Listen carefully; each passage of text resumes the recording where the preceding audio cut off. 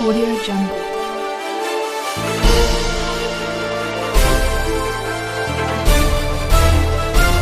Audio Jungle. हजारों ख्वाहिशें निकली, हर ख्वाहिश में दम निकले, बहुत निकले मेरे अरमान मगर कम निकले।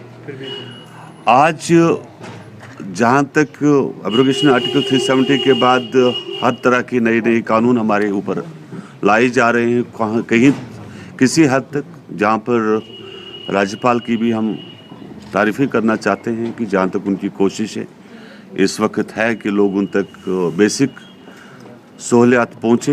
एक ज़रूरी मामले जो हैं ज़िंदगी के उनको लेकर हम आगे बढ़ सके, लेकिन उसके साथ साथ कुछ ऐसे कायदे कानून जो हमारे सर के ऊपर डाले जा रहे हैं जम्मू कश्मीर में खास करके लेके, जो हमने कभी सोचा भी नहीं था जिन चीज़ों को लेके। और मैं चाहूँगा कि गवर्नर साहब, क्योंकि एक वाहिद रिप्रेजेंटेटिव जो है जम्मू कश्मीर में, जो यहाँ के बदले बात कर सकते हैं सेंटर में, क्योंकि मेंबर पार्लियामेंट्स जो हमारे हैं इस वक्त वो मेजॉरिटी उनके 4-5 है हमारी JNK में, और उनका गूंगा होना या बहरा होना एक ही बात है।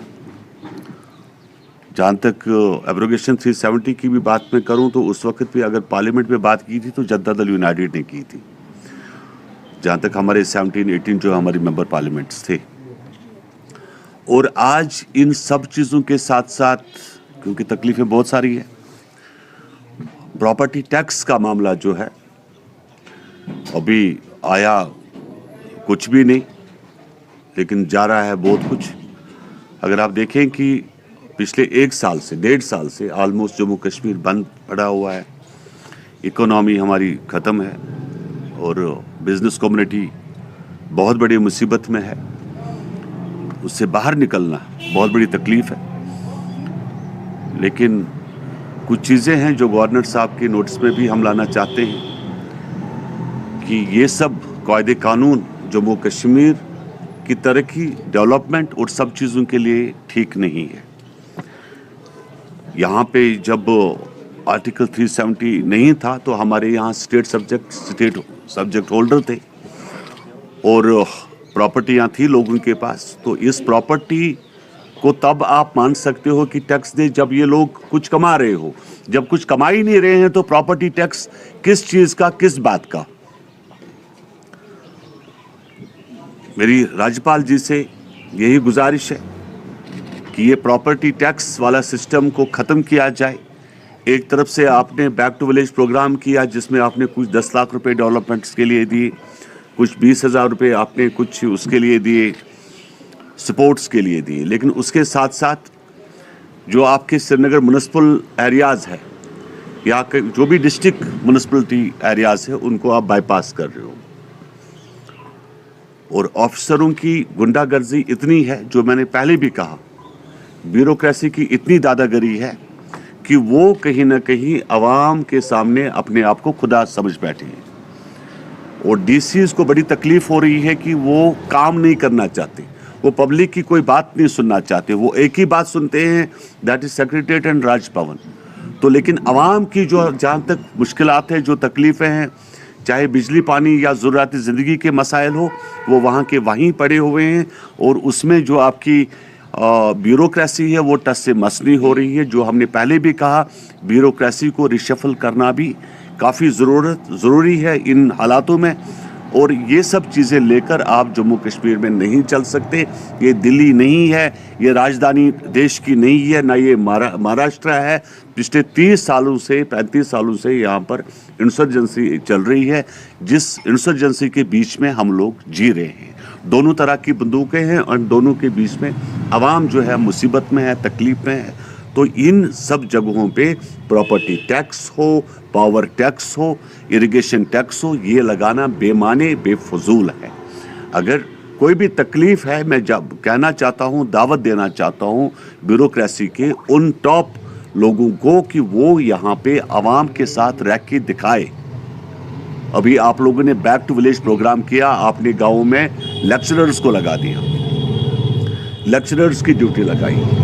वो प्रिंसिपल सेक्रेटरी, प्राइवेट सेक्रेटरी 2 दिन उस गांव में गुजार के दिखाए ना, वो किस तरह ज़िंदगी अपनी गुजार रहे हैं। आपको एक अच्छी चीज़ लग रही है, कहीं आपको गुलमर्ग वाली लैंड नज़र आई, पहलगाम वाली खूबसूरत लैंड नज़र आई, आप कहते हैं कि भाई सब कश्मीर तो यही है।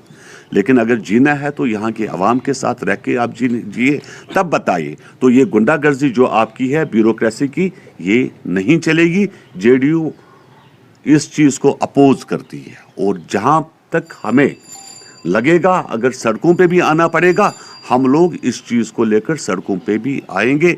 हमारी अपील है राज्यपाल जी से, गवर्नर साहब से, कि प्रॉपर्टी टैक्स को हटाया जाए और ब्यूरोक्रेसी की जो गुंडागर्दी है इसको खत्म किया जाए। यहाँ जो भी इम्प्लीमेंट चीज़ें हुई, आपने देखा सेंट्रल गवर्नमेंट क्या कर रही है, 2 स्टेप आगे चल रही है, 1 स्टेप पीछे चल रही है, फिर 1 स्टेप पीछे चल के बोल रही है अकोमोडेट हो गया।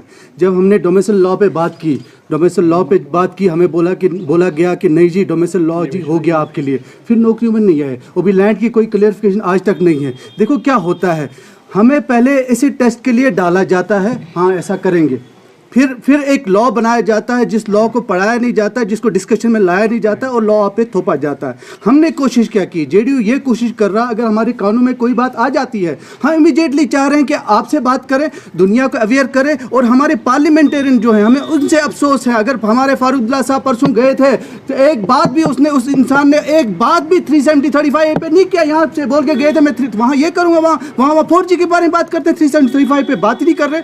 हमारा काम क्या है, हम यहाँ पे हमारे पार्लियामेंट लीडर्स कोई, पार्लियामेंट मेंबर्स कोई नहीं, हमारा काम ये है कि न्यूज़ में इस चीज़ को लाना, अवेयर करना, और हम यहाँ इनवाइट करते हैं सब पार्टीज़ को, let's all fight it together.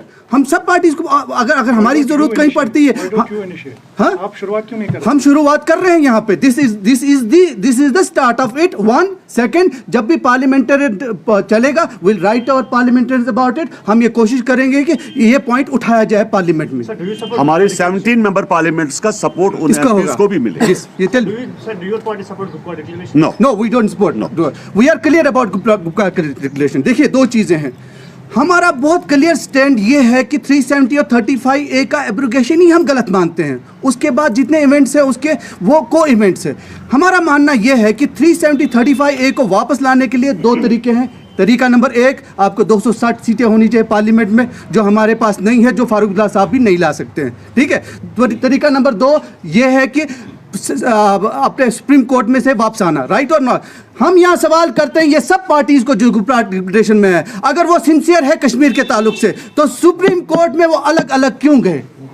उनको सबको सुप्रीम कोर्ट में इकट्ठे जाना चाहिए था। फारूक अब्दुल्ला की अपना एक एडवोकेट है, पीडीपी का अपना एडवोकेट है, वो क्यों नहीं, वो झूठ बोल रहे हैं हमारे कश्मीरियों के साथ कि हम 370 वापस लाएंगे 35। They can not do it. It can be done either from parliament और from the supreme court. Supreme court में ये लोग एज अ गुप्ता डिक्लेरेशन नहीं जाते हैं, एज ए सब लोग के साथ में नहीं जाते हैं ये लोग कैसा जाते हैं?